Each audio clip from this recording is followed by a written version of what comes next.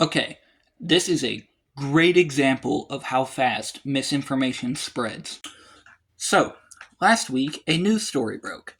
A man in the United Kingdom had cleaned up his river of trash and they had collected over 200 bags worth of trash. And the headline came out, and everybody was saying, well, now he's getting sued, now he's going to jail. But there is a very big catch to this. And the catch, ladies and gentlemen, is this. It's the fact that he's not getting in trouble for picking up trash.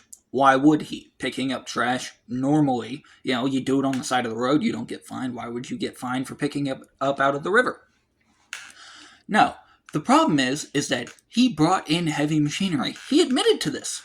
He brought in heavy machinery, and he then proceeded to dig up not only trash, but silt and other parts of the river that were naturally occurring. You might ask yourself, well, why is that a problem? He did what the government wouldn't do.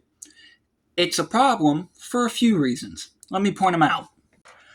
Number one, he went in without a geological survey of the area, and he went in without doing an actual take on what the environmental impact would be if he dredged the river. He did none of these things and yet went ahead with it. Number two, many biohazards probably resided in that river where all that trash was. Sharp objects, disease-ridden dead animals, things of that nature. And that brings me to my third point, which is this.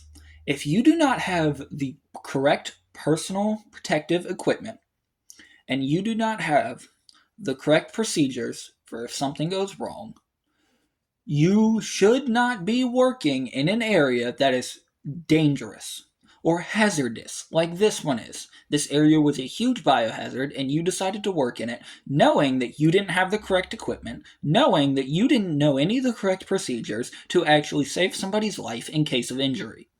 Now, I'm going to revisit my first point for my fourth and final point because it ties into it.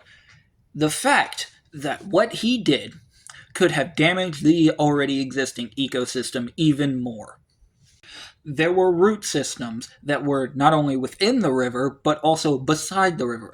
Not only that, there is also the fact that if you dredge the river like he did, then you have increased risk of flooding, of higher water levels within the river, which isn't always a good thing like people think.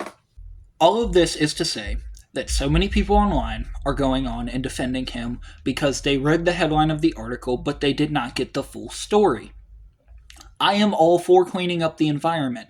However, there are proper procedures in place. You can raise awareness, you can do everything like that to force the government to act. However, doing something like this is stupid, and you not only risked an ecosystem to do it, you risked your life and the lives of others to do it.